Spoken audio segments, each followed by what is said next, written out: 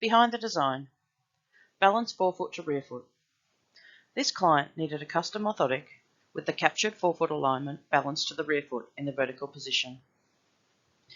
This was designed to reduce rear foot compensation and to encourage the forefoot into alignment.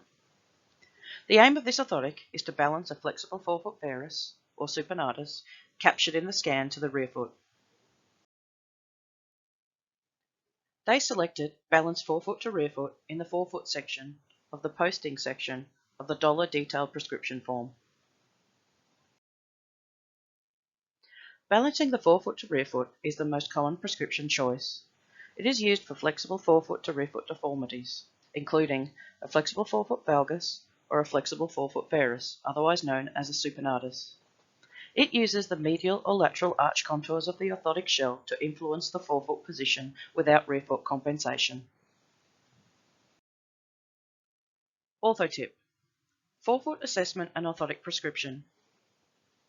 Assessment of the forefoot frontal plane position includes rectus or in alignment, varus with the first raised, or valgus with the fifth raised. Assessment of forefoot flexibility is vitally important for the appropriate prescription. Options include a true rigid or a flexible, which is reducible with dorsal pressure.